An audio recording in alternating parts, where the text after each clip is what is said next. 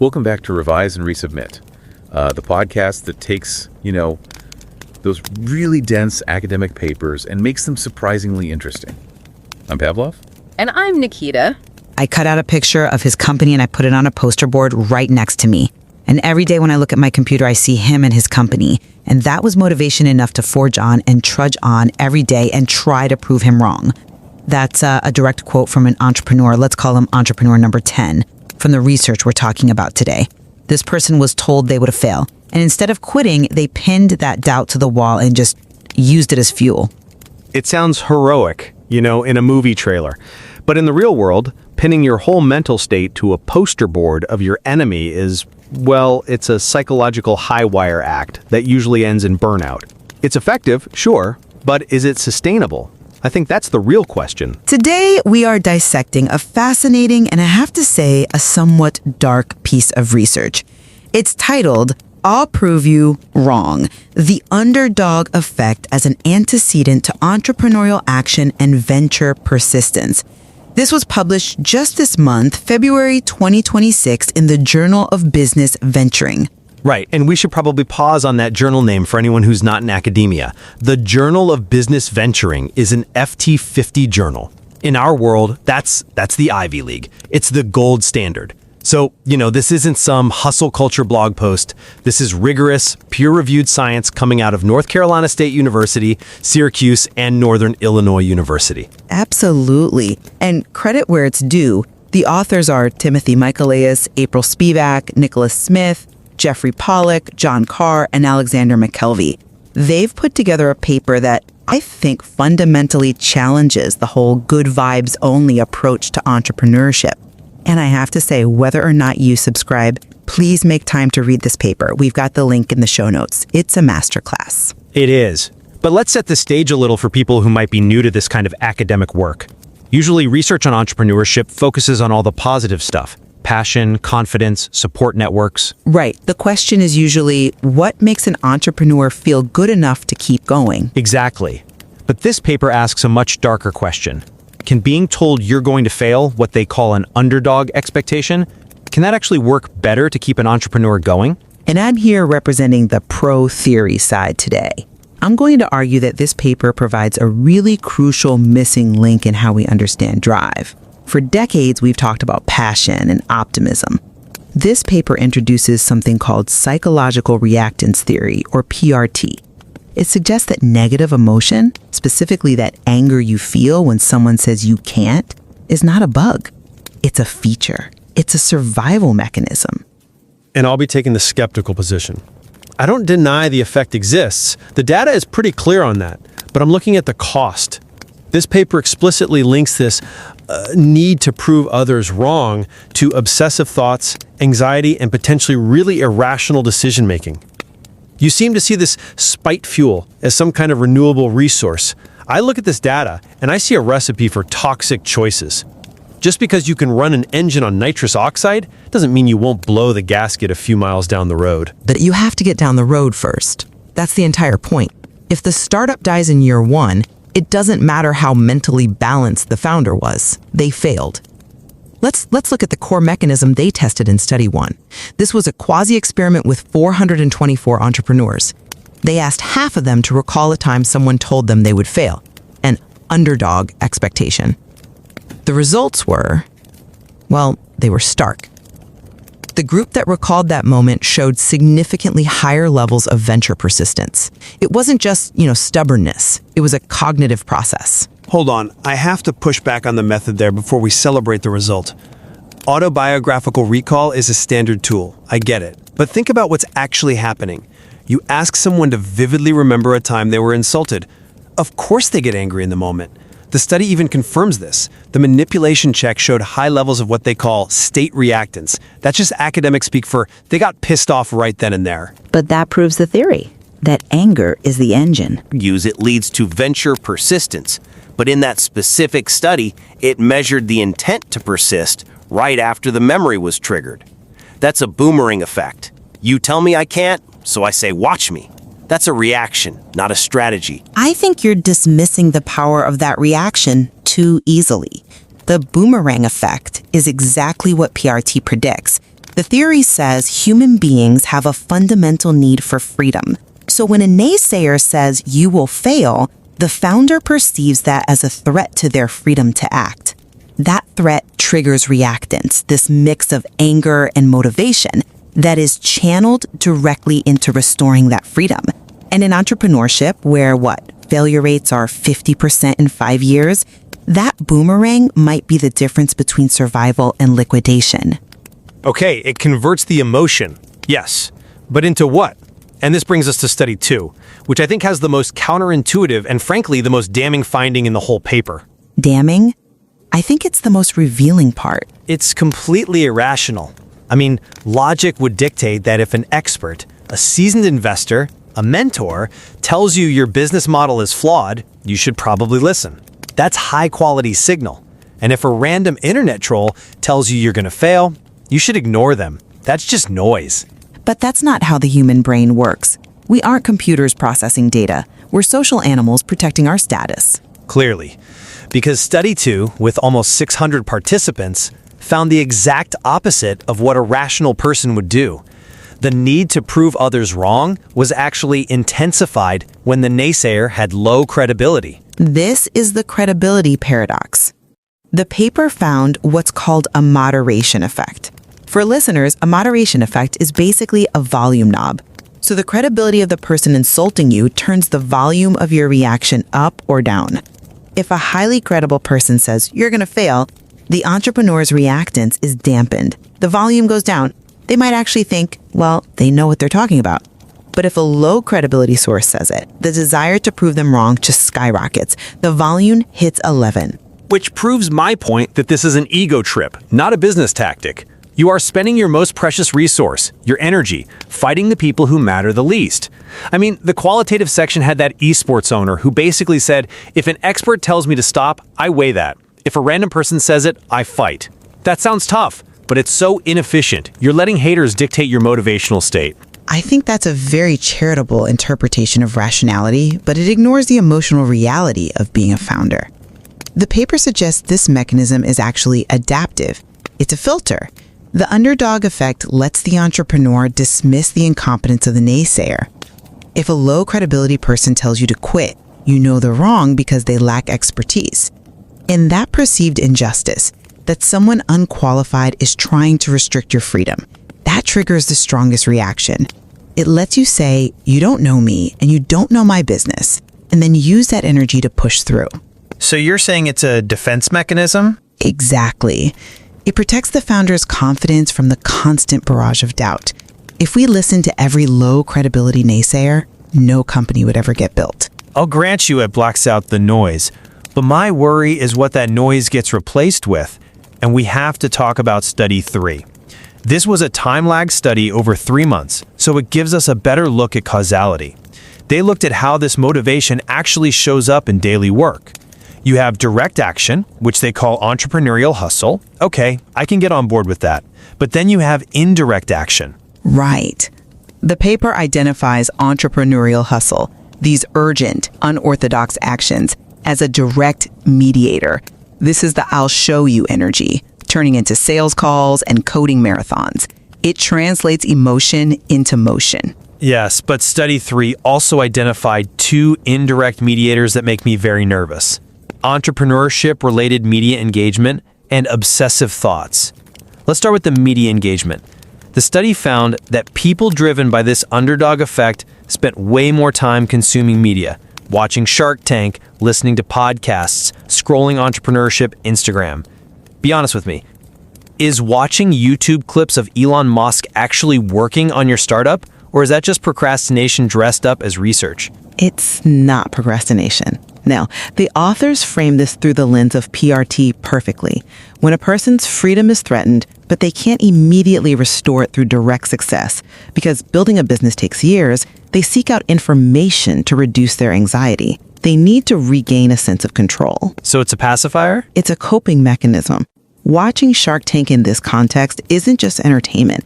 It reinforces the identity of the entrepreneur. It tells them, look, others have faced this doubt and they won. It keeps them in the game mentally so they can hustle physically. Without that outlet, the anxiety might just make them quit entirely. I'm not convinced. I think we are glamorizing entrepreneurship. But even if I accept the media consumption as a harmless coping strategy, I cannot accept the second variable, obsessive thoughts. The paper links the need to prove others wrong directly to obsessive thinking, which they explicitly connect to literature on entrepreneurship addiction.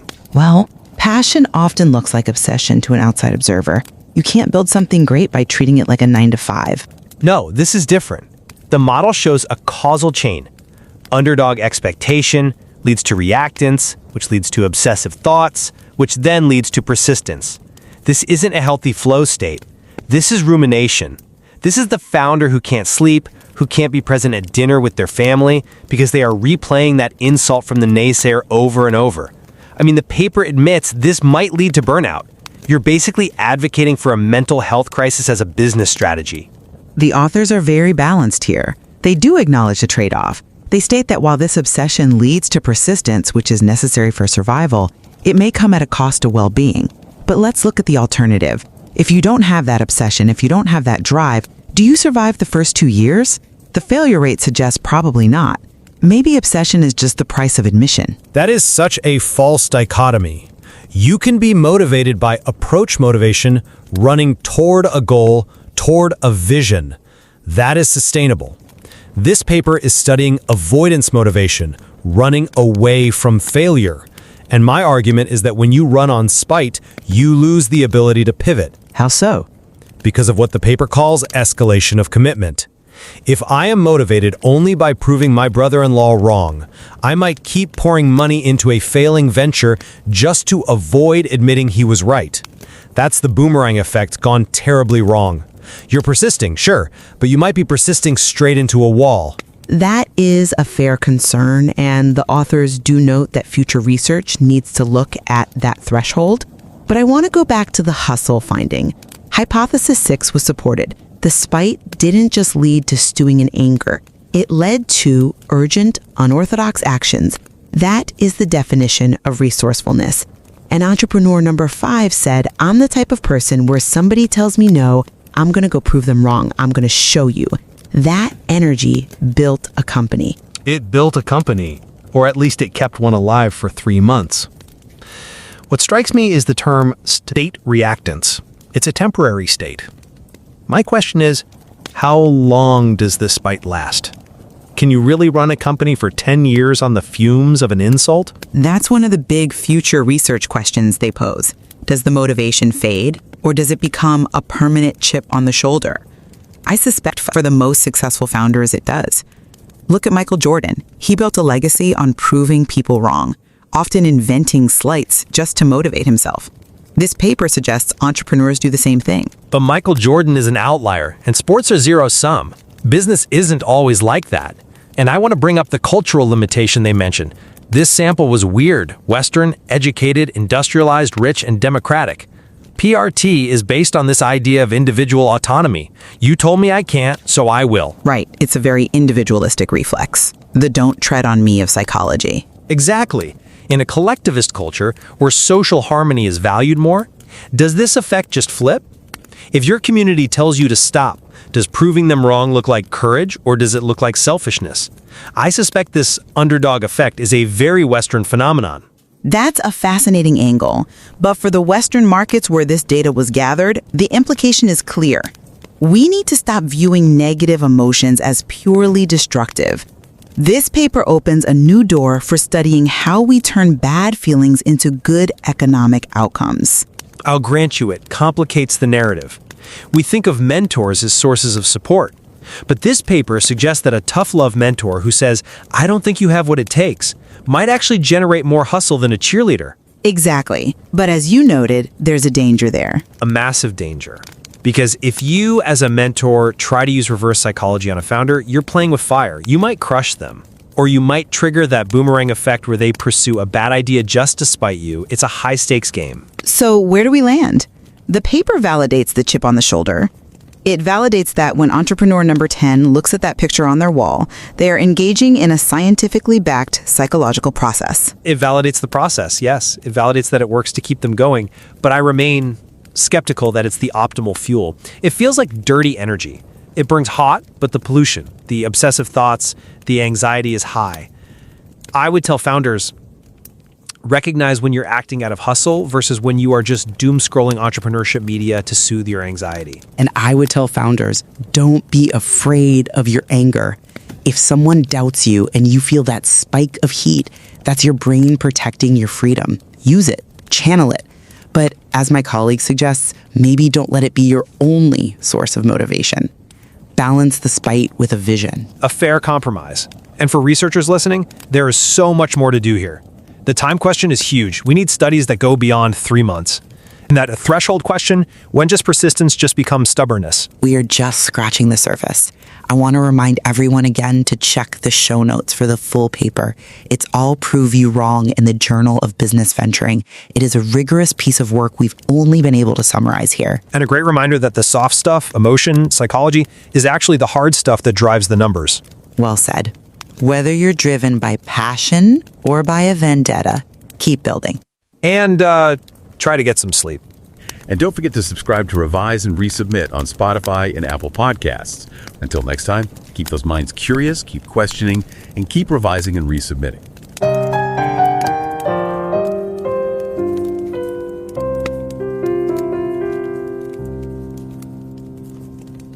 Revise and রিসাবমিটে স্বাগতম। আমি Pavlov. আর আমি নিকিতা। ভাবুন তো, একজন তরুণ উদ্যোক্তা তার জীবনের সেরা আইডিয়াটা নিয়ে গেছেন কোনো বিনিয়োগকারী বা হয়তো পরিবারেরই কোনো সম্মানিত সদস্যের কাছে।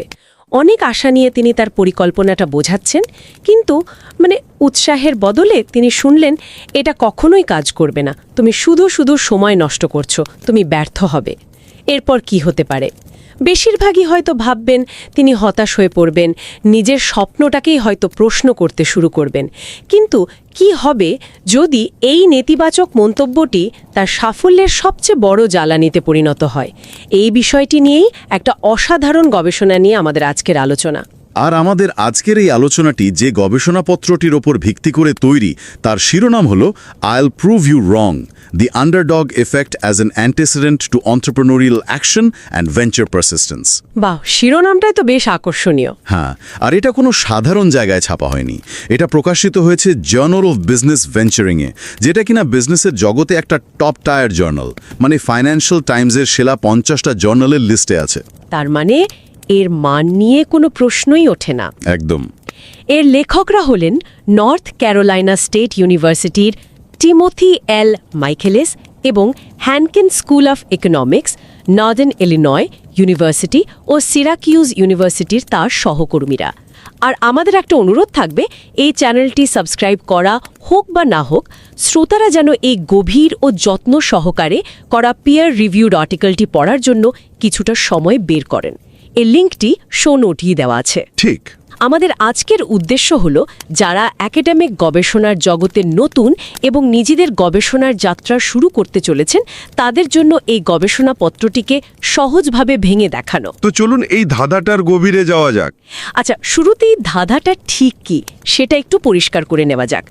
সাধারণত যখন উদ্যোক্তাদের নিয়ে কথা হয়, আমরা তাদের প্যাশন, আত্মবিশ্বাস, ঝুঁকি নেওয়ার ক্ষমতা, এইসব ইতিবাচক দিক নিয়েই বেশি আলোচনা করি। ঠিক না? তাহলে মূল প্রশ্নটা হলো, এত নেতিবাচকতা আর সন্দেহের পরেও কিছু উদ্যোক্তা কেন আরও উপর্ণ লেগে থাকেন, যেখানে হাল ছেড়ে দেওয়াই হয়তো সহজ পথ? এটাই গবেষণার মূল আকর্ষণ। এই গবেষণাপত্রটি দেখাচ্ছে যে নেতিবাচক মন্তব্য অনেক সময় একটা বুমেরাং প্রভাব ফেলে। বুমেরাং প্রভাব? হ্যাঁ, অর্থাৎ যে কথাটা উদ্যোক্তাকে থামিয়ে দেওয়ার জন্য বলা হয়েছিল, সেটাই তাকে আরও জোরে দৌড়ানোর শক্তি যোগায়। একেই লেখকরা বলছেন আন্ডারডগ এফেক্ট, অর্থাৎ আমি তোমাকে ভুল প্রমাণ করবই, এই তীব্র ইচ্ছা। তার মানে এটা অনেকটা জেদের বশে কাজ করা। জেদ তো বটেই, তবে এর পেছনে একটা খুব প্রতিষ্ঠিত মনস্তাত্ত্বিক তত্ত্ব আছে। একে বলা হয় psychological reactance theory. Psychological reactance theory নামটা একটু কঠিন লাগছে। তত্ত্বটা শুনতে কঠিন মনে হলেও এর মূল ধারণাটা খুব সহজ। যখন কোনো ব্যক্তি অনুভব করে যে তার কোনো স্বাধীনতা বা পছন্দকে খর্ব করার চেষ্টা করা হচ্ছে, তখন সে সেই স্বাধীনতা পুনরুদ্ধারের জন্য আরও বেশি উদ্বুদ্ধ হয়। এখানে তুমি ব্যর্থ হবে এই কথাটা উদ্যোক্তার সফল হওয়ার স্বাধীনতাকে সরাসরি চ্যালেঞ্জ করে। ফলে তার ভেতর এক ধরনের প্রতিরোধ তৈরি হয় যা তাকে সেই স্বাধীনতা প্রমাণ করার জন্য মরিয়া করে তোলে। এটা তো দারুণ একটা ধারণা, কিন্তু এটা তো নিছক একটা তথ্য। বাস্তবে এটা প্রমাণ করা তো বেশ কঠিন। মানে কেউ ব্যর্থ হবে শুনলে সে আরও বেশি কাজ করে, এটা কিভাবে মাপা যায়? ঠিক। লেখকরা এখানে যে পদ্ধতিটা ব্যবহার করেছেন সেটা আমার মনে হয় নতুন গবেষকদের জন্য খুবই শিক্ষণীয়। একদম। তারা শুধু একটা সমীক্ষা করে থেমে যাননি, তারা একটা বহুস্তরীয় পদ্ধতি ব্যবহার করেছেন যেখানে মোট 3টি আলাদা গবেষণা আছে। প্রথম গবেষণা অর্থাৎ স্টাডি 1 ছিল একটা কোয়াজি এক্সপেরিমেন্ট। এখানে তারা 424 জন উদ্যোক্তাকে অনলাইন প্ল্যাটফর্মের মাধ্যমে 2টি দলে ভাগ করেন। আচ্ছা। এক দলকে, যেটাকে আমরা কন্ট্রোল গ্রুপ বলি, তাদের দৈনন্দিন সাধারণ কাজ নিয়ে লিখতে বলা হয়। আর অন্য দলটিকে অর্থাৎ ট্রিটমেন্ট গ্রুপকে এমন একটি ঘটনার কথা বিস্তারিতভাবে মনে করে লিখতে বলা হয় যখন কেউ তাদের বলেছিল যে তারা তাদের ব্যবসায় ব্যর্থ হবে। তার মানে তাদের মনে সেই নেতিবাচক স্মৃতিটা জোর করে জাগিয়ে তোলা হলো। এটা তো বেশ নিষ্ঠুর একটা পরীক্ষা। কিছুটা তো বটেই, কিন্তু গবেষণার জন্য এটা জরুরি ছিল। এরপর দুটো দলেরই অধ্যবসায়ের মাত্রা মাপা হয় কিছু প্রশ্নোত্তরের মাধ্যমে, যেমন আমি আমার ব্যবসার লক্ষ্য অর্জনের জন্য যে কোনো বাধা অতিক্রম করতে রাজি আছি। আর ফলাফলটা কি ছিল? ফলাফলটা ছিল অবাক করার মতো। দেখা যায় যে দলটিকে নেতিবাচক স্মৃতি মনে করতে বলা হয়েছিল তাদের অধ্যবসায়ের মাত্রা কন্ট্রোল গ্রুপের তুলনায় তাৎক্ষণিকভাবে অনেক বেড়ে গিয়েছিল। তার মানে এটা ছিল প্রথম শক্ত প্রমাণ যে ব্যর্থতার কথা শোনাটা আসলেই আচরণকে প্রভাবিত করতে পারে। ঠিক। কিন্তু এখানে একটা প্রশ্ন আসে, এই যে অধ্যবসায় বেড়ে গেল বলছেন, এটা কি আসলেই কাজের স্পৃহা নাকি শুধু একটা ক্ষণিকের মানসিক প্রতিক্রিয়া? মানে এই প্রভাবটা কেন হচ্ছে সেটা তো প্রথম গবেষণা থেকে বোঝা যাচ্ছে না। খুব ভালো একটা প্রশ্ন। আর ঠিক এই কেন বা কিভাবের উত্তর খোঁজার জন্যই তারা দ্বিতীয় গবেষণাটি ডিজাইন করেন। আচ্ছা। প্রথম গবেষণাটা শুধু দেখিয়েছে যে কিছু একটা ঘটে, কিন্তু দ্বিতীয়টা ব্যাখ্যা করতে চেয়েছে কেন ঘটে। এখানে আরও বেশি সংখ্যক প্রায় 579 জন উদ্যোক্তাকে নিয়ে একই ধরনের পরীক্ষা করা হয়। কিন্তু এবার অধ্যবসায়ের পাশাপাশি আরও একটা জিনিস মাপা হয়, অন্যদের ভুল প্রমাণ করার ইচ্ছা। এখানেই তাহলে সেই আন্ডারডগ এফেক্টের মূল চালিকা শক্তিটা আসছে। ঠিক তাই। ফলাফলে পরিষ্কার দেখা যায় যারা নেতিবাচক স্মৃতি মনে করেছিলেন তাদের মধ্যে অন্যদের ভুল প্রমাণ করার ইচ্ছা তীব্রভাবে বেড়ে যায়, এবং এই ইচ্ছাটাই তাদের অধ্যবসায় বাড়ার পেছনে মূল কারণ হিসেবে কাজ করছে। তবে এখানে একটা চমকপ্রদ তথ্য উঠে আসে যা পুরো ব্যাপারটাকে আরও জটিল এবং আকর্ষণীয় করে তোলে। কি সেটা? গবেষকরা দেখেন যে ব্যক্তি নেতিবাচক মন্তব্যটি করছেন তার বিশ্বাসযোগ্যতা বা ক্রেডিবিলিটি একটা বড় ভূমিকা পালন করে। মানে দেখা যায় মন্তব্যকারী ব্যক্তির বিশ্বাসযোগ্যতা যত কম, তাকে ভুল প্রমাণ করার ইচ্ছাও তত বেশি শক্তিশালী হয়। 1 মিনিট দাঁড়ান, তার মানে আপনি বলছেন যে যাকে আমি যত কম যোগ্য বা জ্ঞানী মনে করি তার সমালোচনা আমাকে তত বেশি জেদি করে তোলে? হ্যাঁ, ঠিক তাই। এটা তো মানব মনস্তত্ত্বের একটা অদ্ভুত দিক। আমাদের তো মনে হয় উল্টোটা হওয়া উচিত, কোনো বিশেষজ্ঞ সমালোচনা করলে সেটা বেশি গায়ে লাগার কথা। ঠিক এখানেই মজাটা। হয়তো উদ্যোক্তার মনে হয় এই লোকটা তো কিছুই জানে না, সে আমাকে বিচার করার কে, তাকে তো আমি দেখিয়ে ছাড়ব। আর কোনো বিশ্বাসযোগ্য ব্যক্তি বললে? অন্যদিকে কোনো বিশ্বাসযোগ্য ব্যক্তি সমালোচনা করলে হয়তো সেটাকে গঠনমূলক হিসেবে নেওয়ার প্রবণতা বেশি থাকে। ইন্টারেস্টিং। কিন্তু তারা তো শুধু এই সংখ্যা বা ডেটার উপর নির্ভর করেননি, তাই না? না, একদমই না। তারা সরাসরি উদ্যোক্তাদের সাথে কথাও বলেছেন। হ্যাঁ, এটাই এই গবেষণার অন্যতম শক্তিশালী দিক। তারা 15 জন উদ্যোক্তার সাক্ষাৎকারও নিয়েছেন তাদের অভিজ্ঞতাগুলো শোনার জন্য।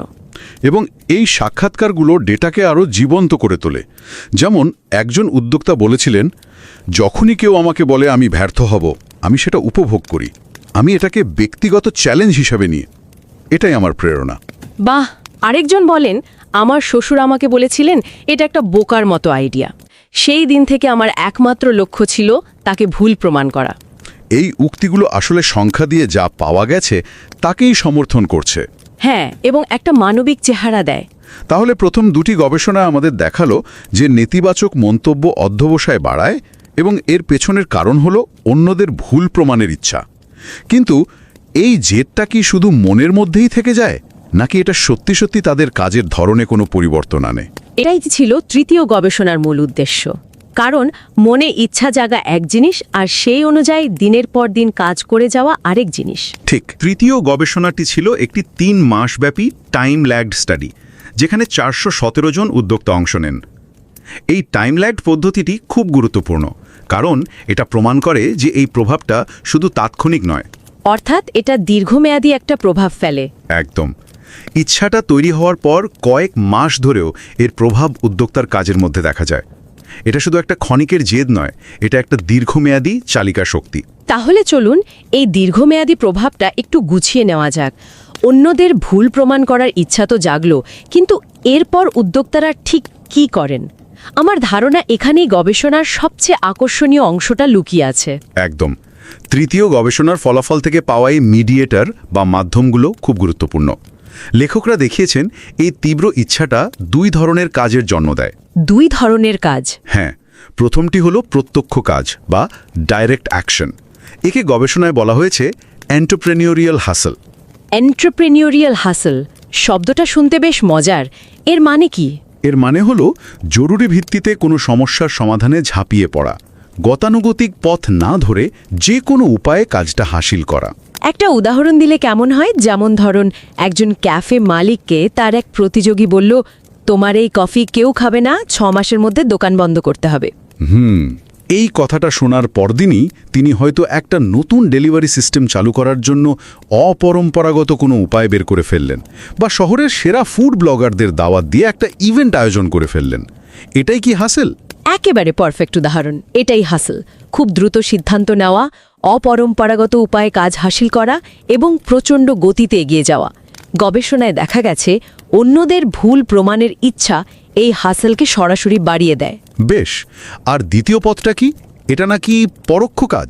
হ্যাঁ, এমন কিছু কাজ যা সরাসরি ব্যবসার কোনো সমস্যার সমাধান করে না, কিন্তু উদ্যোক্তাকে তার মানসিক নিয়ন্ত্রণ ফিরিয়ে আনতে এবং প্রেরণা ধরে রাখতে সাহায্য করে। যেমন এই গবেষণায় 2টি প্রধান পরোক্ষ কাজের কথা বলা হয়েছে। প্রথমটি হলো উদ্যোক্তা সম্পর্কিত মিডিয়া দেখা, যেমন শার্ক ট্যাঙ্কের মতো অনুষ্ঠান দেখা, সফল উদ্যোক্তাদের বায়োগ্রাফি পড়া বা তাদের পডকাস্ট শোনার মতো কাজে বেশি সময় দেওয়া। আচ্ছা, এতে তো ব্যবসার লাভ ক্ষতির হিসাব সরাসরি বদলায় না? না, কিন্তু এটি উদ্যোক্তাকে মানসিকভাবে উজ্জীবিত করে, তাকে তার লক্ষ্যের কথা মনে করিয়ে দেয় এবং একাকিত্ব দূর করে। আর দ্বিতীয় পরোক্ষ কাজটা আমার কাছে কিছুটা উদ্বেগজনক মনে হয়েছে। সেটা হলো অবসেসিভ চিন্তা বা অবসেসিভ থটস। ঠিক।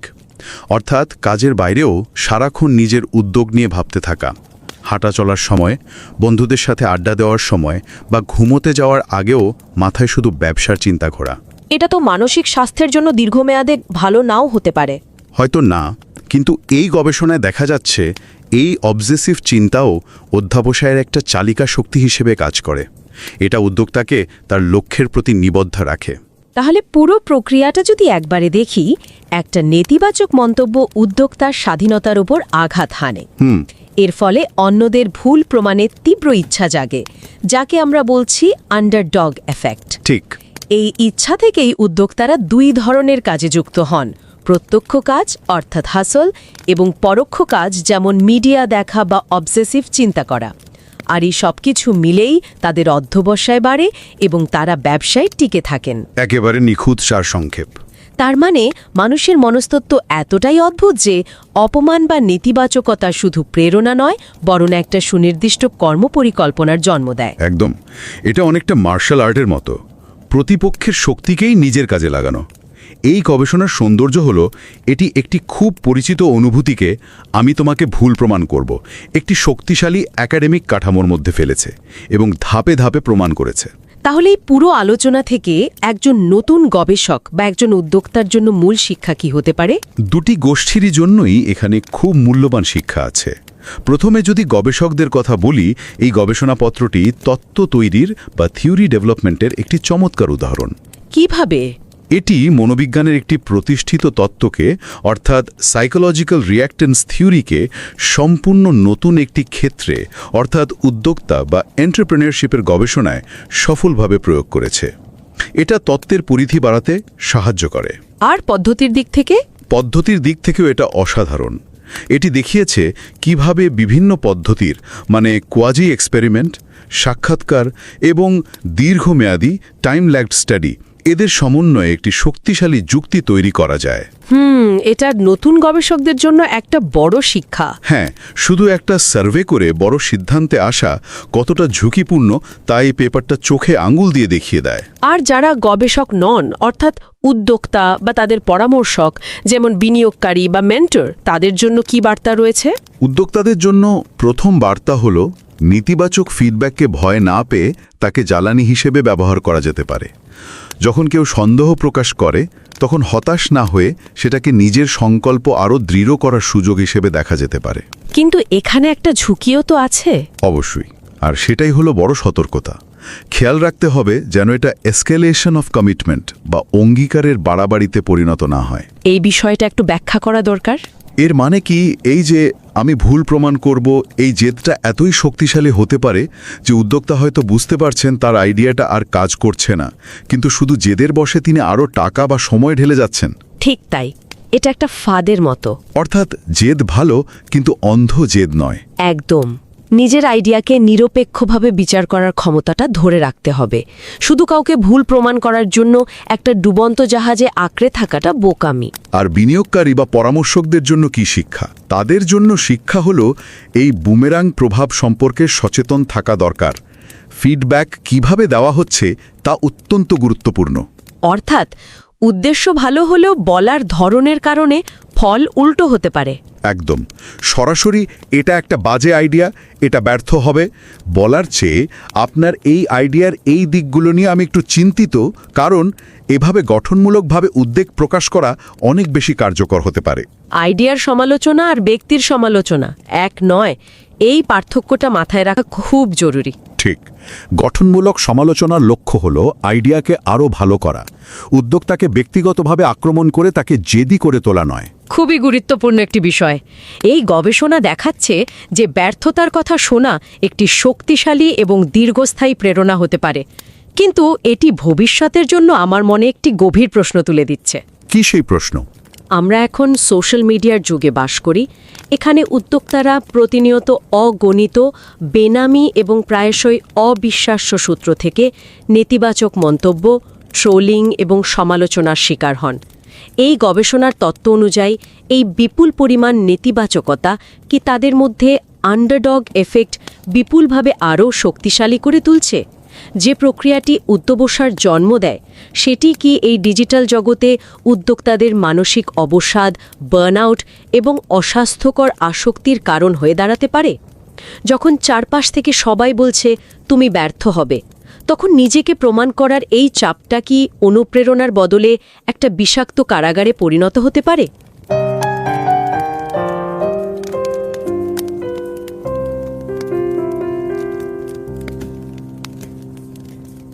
नमस्कार।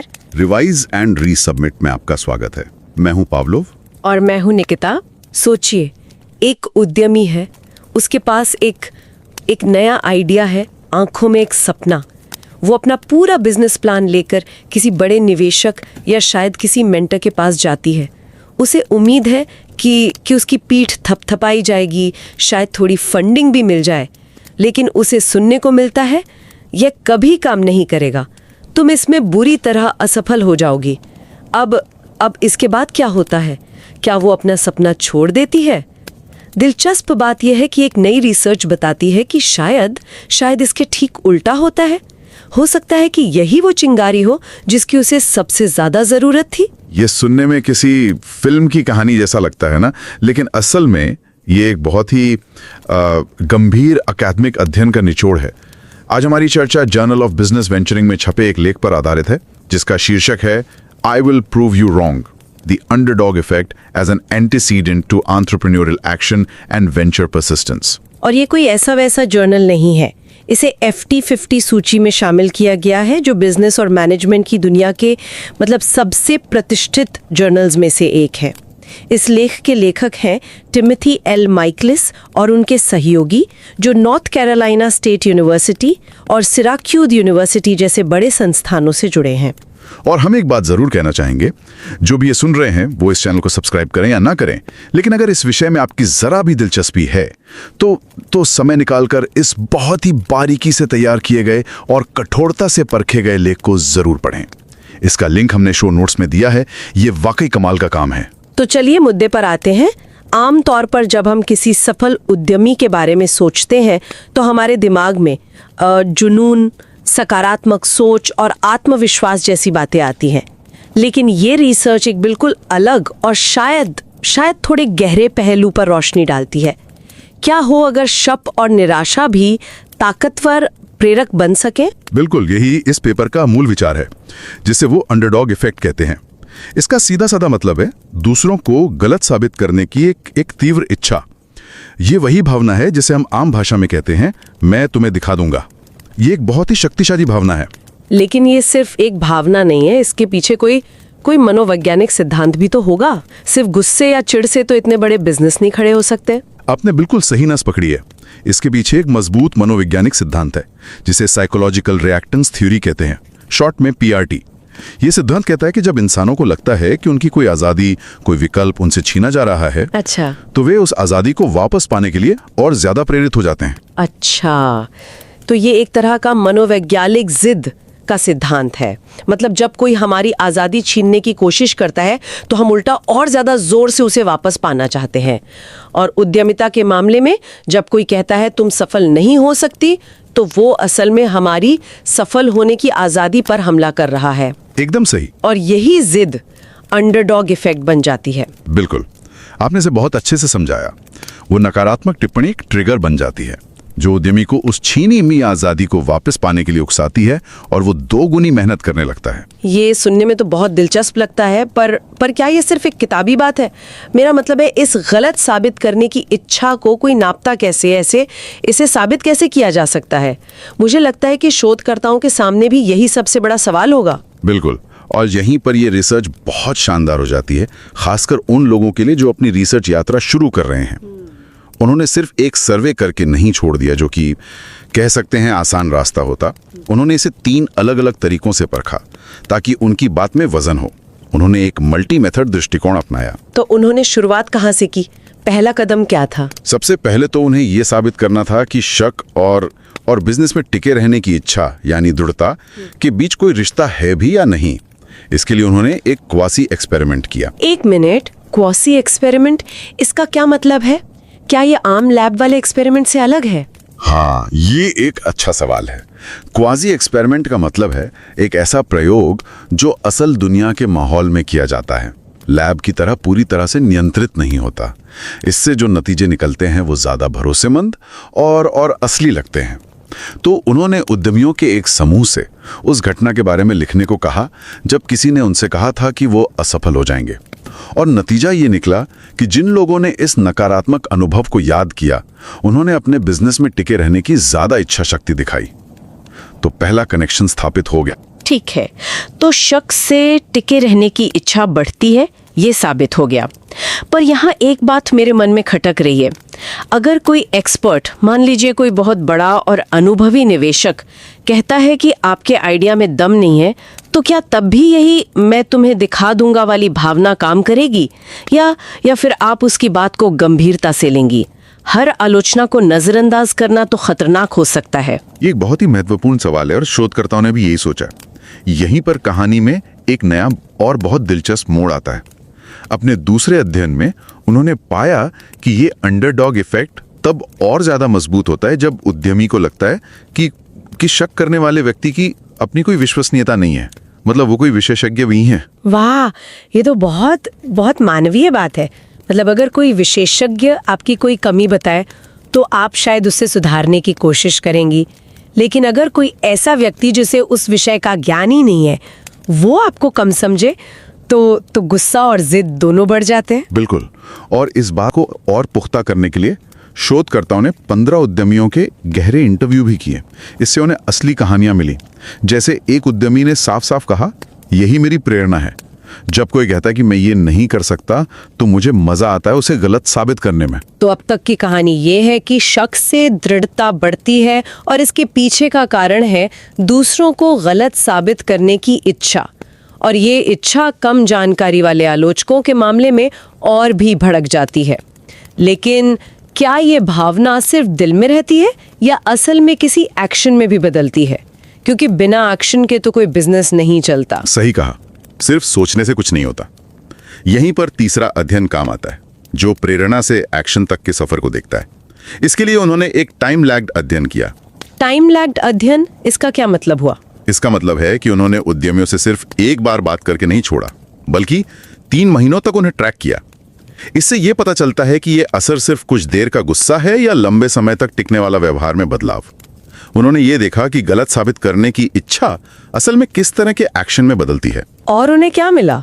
क्या उद्यमी सिर्फ ज्यादा घंटे काम करने लगते हैं? इससे कहीं ज्यादा उन्होंने 2 तरह के एक्शन की पहचान की।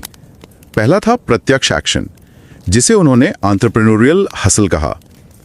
इसका सीधा साधा मतलब है हाथ पैर पर हाथ धरकर बैठने की बजाय फटाफट जुगाड़ लगाकर काम निकालना, ज्यादा सेल्स कॉल करना, किसी समस्या का तुरंत कोई रचनात्मक हल खोजना। और दूसरा एक्शन क्या था? दूसरा था अप्रत्यक्ष एक्शन, जो उतना ही जरूरी है। इसमें 2 चीजें थीं। पहली, उद्यमिता से जुड़े मीडिया से ज्यादा जुड़ना, जैसे शार्क टैंक जैसे शो देखना या सफल उद्यमियों के पॉडकास्ट सुनना। और दूसरी, अपने बिजनेस के बारे में जुनूनी विचार रखना, मतलब हर समय खाते पीते सोते जागते अपने वेंचर के बारे में सोचना। ये बहुत दिलचस्प है। तो एक्शन का मतलब सिर्फ शारीरिक मेहनत नहीं है, बल्कि मानसिक रूप से उस विषय में पूरी तरह डूब जाना भी है। शार्क टैंक देखना भी एक तरह का एक्शन गिना गया। ये तो कई लोग करते होंगे जो अपना बिजनेस शुरू करना चाहते हैं। हाँ, क्योंकि ये आपको प्रेरित करता है, आपको नए आइडियाज देता है और आपको उस दुनिया से जोड़े रखता है। और नतीजा ये निकला कि अंडरडॉग इफेक्ट ने इन तीनों ही एक्शंस को बढ़ाया, हसल, मीडिया से जुड़ाव और जुनूनी विचार। और फिर इन एक्शंस ने मिलकर लंबे समय तक दृढ़ता को बनाए रखा। ये दिखाता है कि सिर्फ एक पल का गुस्सा नहीं है, बल्कि एक पूरी प्रक्रिया है जो स्थायी व्यवहार में बदल जाती है। तो अगर मैं इसे ठीक से समझूं तो पूरी कहानी ये है, कोई आप पर शक करता है, खासकर अगर वो जानकार नहीं है, तो आपके अंदर उसे गलत साबित करने की आग जलती है। ये आग आपको हासिल करने, जुनूनी होने और उस विषय के बारे में और जानने पर मजबूर करती है। और इसी वजह से आप लंबे समय तक अपने रास्ते पर टिके रहते हैं। एक पूरी चेन रिएक्शन। आपने बिल्कुल सही सार निकाला है। अब सवाल ये उठता है कि असल दुनिया में लोगों के लिए इसके क्या मायने हैं? हाँ, यही सबसे जरूरी सवाल है। एक तरफ शोधकर्ता है और दूसरी तरफ खुद उद्यमी और उनके मेंटर्स। दोनों के लिए इससे क्या सबक मिलते हैं? चलिए पहले शोधकर्ताओं और शिक्षाविदों को बात करते हैं। उनके लिए ये रिसर्च प्रेरणा को समझने का एक नया दरवाजा खोलती है। ये बताती है कि प्रेरणा सिर्फ सकारात्मक जुनून या आत्मविश्वास से नहीं आती, बल्कि साइकोलॉजिकल रिएक्टेंस थ्योरी के जरिए नकारात्मक अनुभवों से भी पैदा हो सकती है। ये प्रेरणा के सिद्धांत में एक नया आयाम जोड़ता है। और ये रिसर्च करने के तरीके के बारे में भी एक बड़ा सबक देता है ना? बिल्कुल। ये दिखाता है कि एक मजबूत और भरोसेमंद तर्क बनाने के लिए मल्टी मेथड रिसर्च कितनी जरूरी है। यहाँ उन्होंने एक्सपेरिमेंट, इंटरव्यू और टाइम लैग्ड सर्वे तीनों का इस्तेमाल किया। हर मेथड दूसरे की कमियों को पूरा करता है।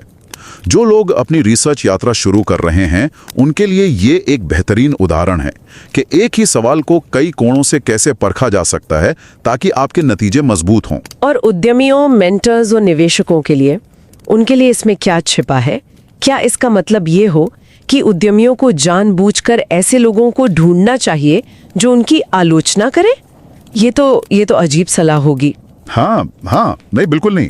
ये सलाह नहीं है कि आप आलोचना ढूंढें। उद्यमियों के लिए सबक ये है कि जब उन्हें बिना मांगे नकारात्मक फीडबैक मिले, तो उसे हमेशा रुकने का संकेत न समझें। ये सही तरीके से इस्तेमाल होने पर एक ताकतवर ईंधन बन सकता है। लेकिन यहाँ एक चेतावनी भी है जो आपके पहले वाले सवाल से जुड़ी है। ये भी ध्यान रखना जरूरी है कि फीडबैक कौन दे रहा है। मतलब विशेषज्ञ और एक आम आदमी की बात में फर्क करना सीखें। एकदम।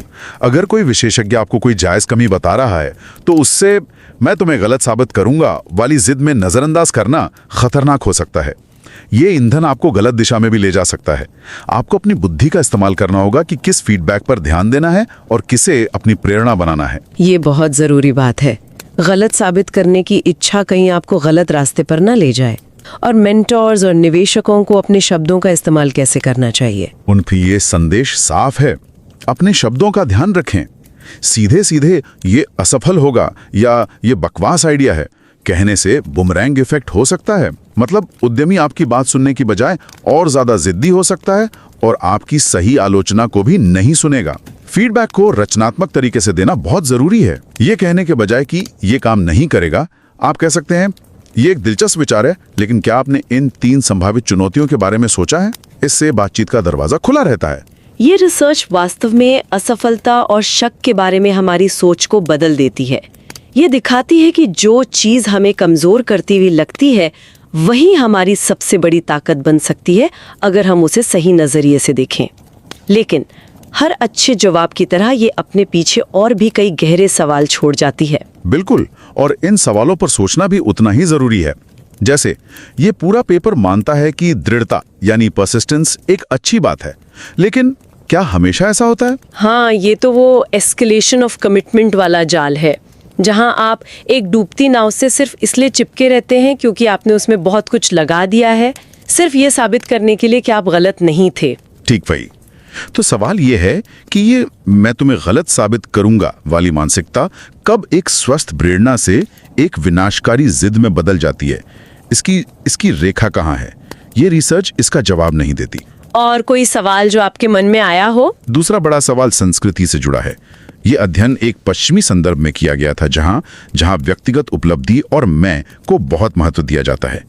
क्या अंडरडॉग इफेक्ट एक सामूहिक संस्कृति जैसे कि कई एशियाई देशों में भी इतना ही मजबूत होगा, जहां व्यक्तिगत दावेदारी से ज्यादा सामाजिक सद्भाव और समूह की सफलता को महत्व दिया जाता है? हो सकता है वहां इसका रूप कुछ और हो या ये उतना प्रभावी ना हो। ये भी एक बहुत दिलचस्प पहलू है। और एक आखिरी बात जो मुझे बहुत चौंकाने वाली लगी वो ये है कि अध्ययन में लगभग आधे उद्यमियों को याद ही नहीं था कि किसी ने उन्हें कभी असफल होने के लिए कहा हो। उनमें क्या अलग है? ये एक बेहतरीन सवाल है और भविष्य के शोध के लिए एक नया रास्ता खोलता है। क्या वे लोग ज्यादा लचीले हैं या क्या वे नकारात्मकता को फिल्टर कर देते हैं और सिर्फ सकारात्मक बातों पर ध्यान देते हैं, या बस उन्हें अभी तक ऐसे सीधे शक का सामना नहीं करना पड़ा? शायद उनकी प्रेरणा का स्रोत ही कुछ और है। यह हमें याद दिलाता है कि उद्यमिता का कोई एक रास्ता या एक फॉर्मूला नहीं है। हर किसी की कहानी अलग है।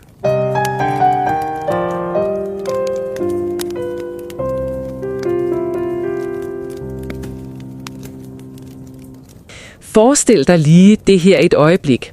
Du har sat alt, og jeg mener virkelig alt, på spil for din forretningsidé. Din opsparing, utallige netter, måske endda et par venskaber. Du brænder for det her med hver en fiber i din krop.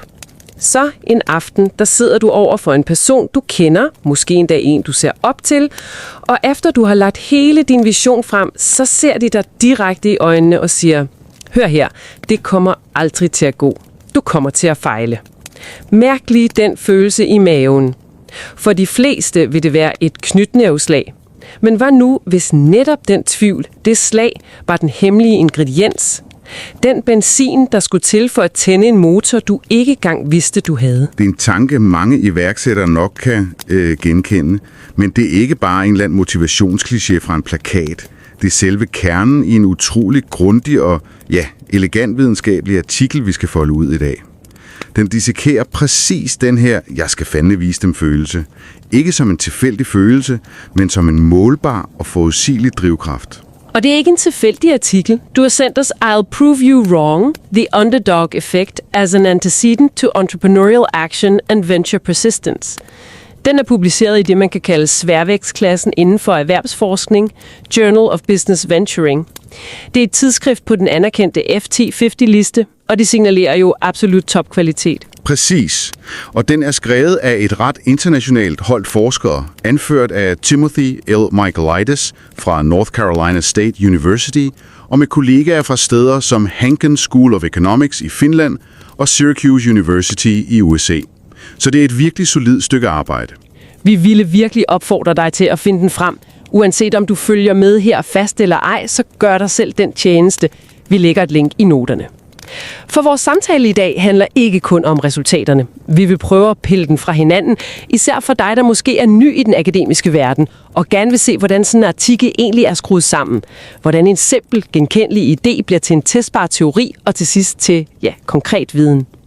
Okay, så lad os starte med selve kernen. Hvad er det for et spørgsmål, de her forskere forsøger at besvare? Det grundlæggende spørgsmål er både simpelt og dybt. Hvorfor i alverden bliver iværksættere ved, selv når folk omkring dem, altså kloge folk, erfarne folk, siger, at de med stor sandsynlighed vil fejle?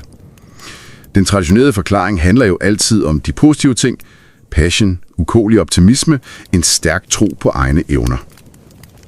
Ja, den klassiske fortælling om helten, der tror på sig selv mod alle odds. Lige præcis. Men den her artikel vender det lidt på hovedet. De foreslår, at en af de stærkeste drivkræfter kan være negativ. De låner en veletableret teori fra socialpsykologien, som hedder teorien om psykologisk reaktans, eller på engelsk Psychological Reactance Theory. Okay, det lyder en smule teknisk. Hvad betyder det, hvis du koger det helt ned?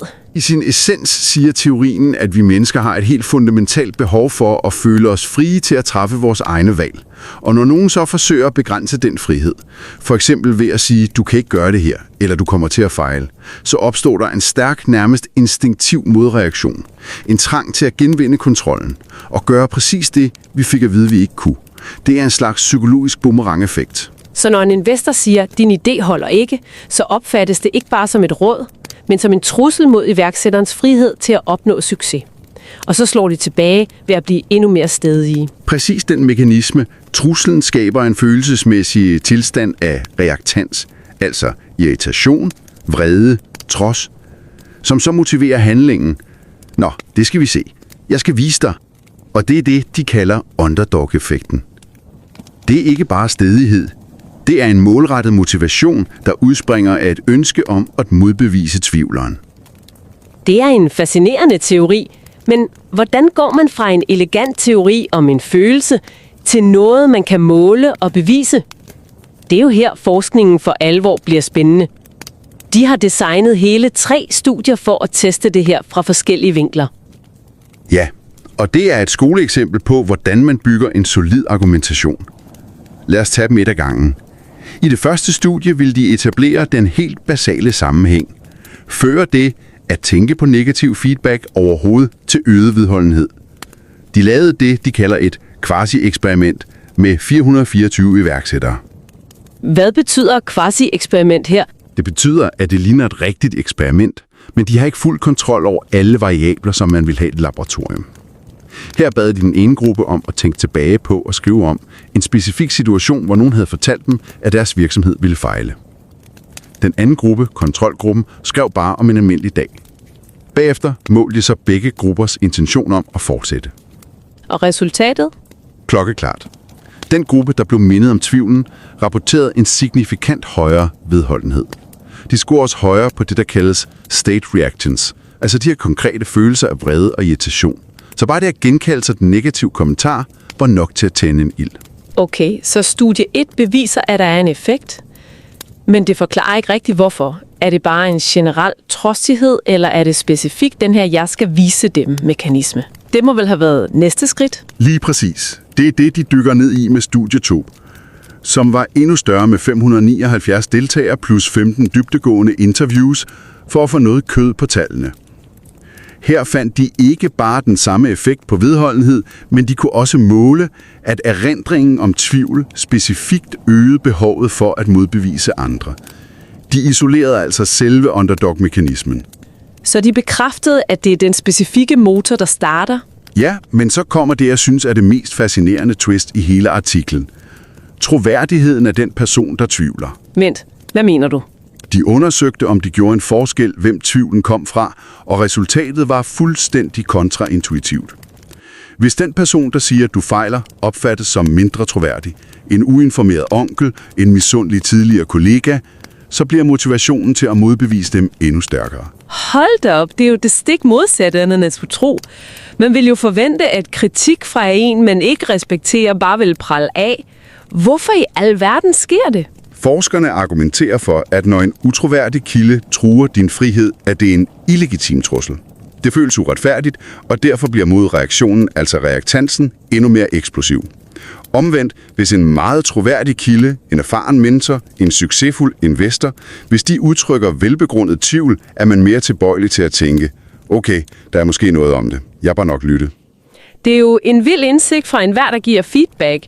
Det betyder, at den klassiske hårde, men fair investorkritik måske er mindre motiverende til stadighed end en tilfældig skeptiker på en bar. Det vender jo op og ned på, hvordan man tænker om mentorskab. Fuldstændig. Og interviewerne i studiet bakkede det her op med citater. Der var en iværksætter, der direkte sagde om de negative kommentarer: "Det er min motivation. Det er det, der driver mig hver dag, at de en dag skal se, at de tog fejl. Det er en rå og meget potent kraft." Okay, så nu har vi etableret en følelse af reaktans og en specifik motivation til at modbevise andre, især hvis de er utroværdige. Men hvad gør iværksætterne så rent praktisk? Bliver det omsat til handling, eller bliver det bare ved de intense følelser? Det er det sidste afgørende led i kæden, som de undersøger i studie 3. Her fulgte de 417 iværksættere over en periode på 3 måneder. For netop at se, hvordan den her "jeg skal vise dem" motivation bliver omsat til konkrete handlinger. Og de fandt 2 meget forskellige typer. Lad mig gætte. Den ene er vel bare at knokle hårdere, flere timer på kontoret. Ja, det er den første type. De kalder den direkte handling, og de måler det med et begreb, der hedder entrepreneurial hustle.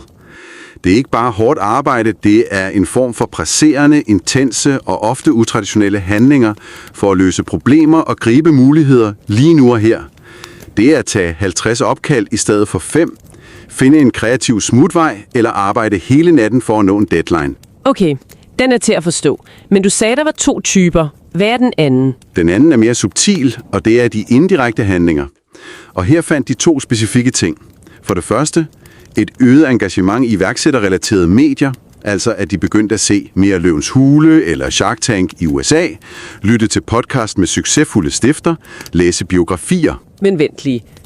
At sidde og se fjernsyn eller lytte til en podcast, er det virkelig en handling på samme niveau som at ringe til kunder? Det lyder i mine ører lidt som en overspringshandling. Det er en rigtig god pointe, og det er netop nuancen her. Forskerne argumenterer for, at det ikke er en erstatning for det direkte arbejde.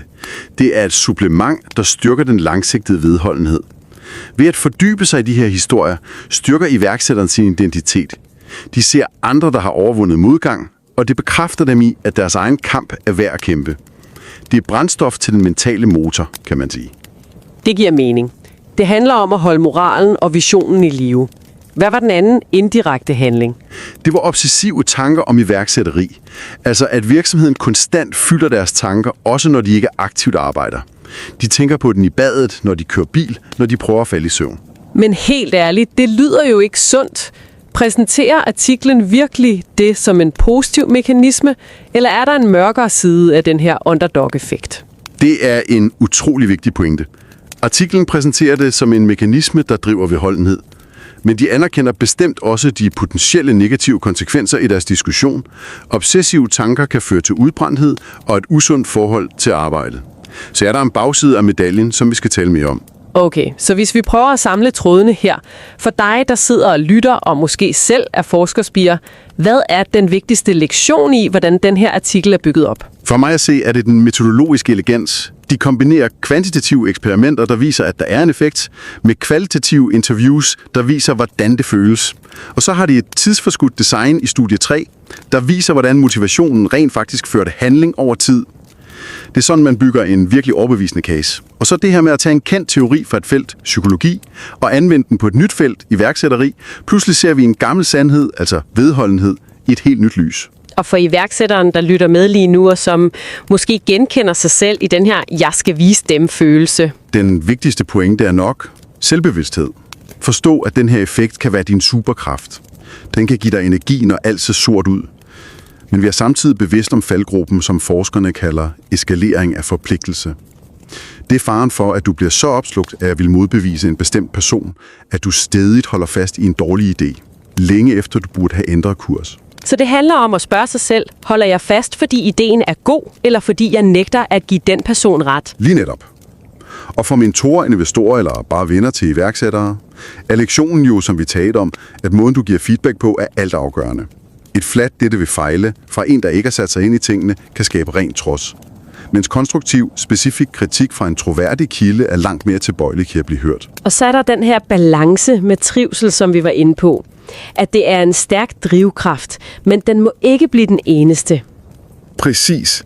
Motivationen til at modbevise andre er som en turbo på en motor. Den giver et enormt boost, men hvis du kører med turboen tændt hele tiden, så brænder motoren ud. Den skal balanceres med den indre positive passion for selve projektet. Det er et stærkt billede. Hele artiklen tegner et billede af, hvordan negativitet kan omdannes til en utrolig potent kreativ kraft. Men der er en detalje fra studierne, som jeg synes, vi skal slutte af med, for den efterlod mig med et ret provokerende spørgsmål. Jeg tror, jeg ved, hvad du tænker på. Den store gruppe af deltagere, der rapporterede, at de aldrig var blevet fortalt, at de ville fejle. Præcis. Det var omkring halvdelen, og det virkelig interessante var, at i studie 1 viste denne gruppe, altså dem, der levede i et rent positivt feedback-miljø, de viste en lille smule lavere vedholdenhed end selv kontrolgruppen, der slet ikke blev mindet om noget.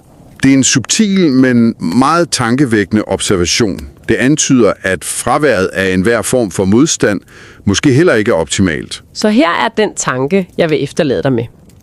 Kunne det tænkes, at det at møde en vis form for tvivl eller modstand ikke bare er en uundgåelig forhindring, men måske en nødvendig ingrediens for at hære og udvikle den ekstreme form for vedholdenhed, som succesfuldt iværksætteri kræver. Og hvis du er en af dem, der aldrig er blevet fortalt, at du kunne fejle, går du så i virkeligheden glip af en afgørende kilde til motivation?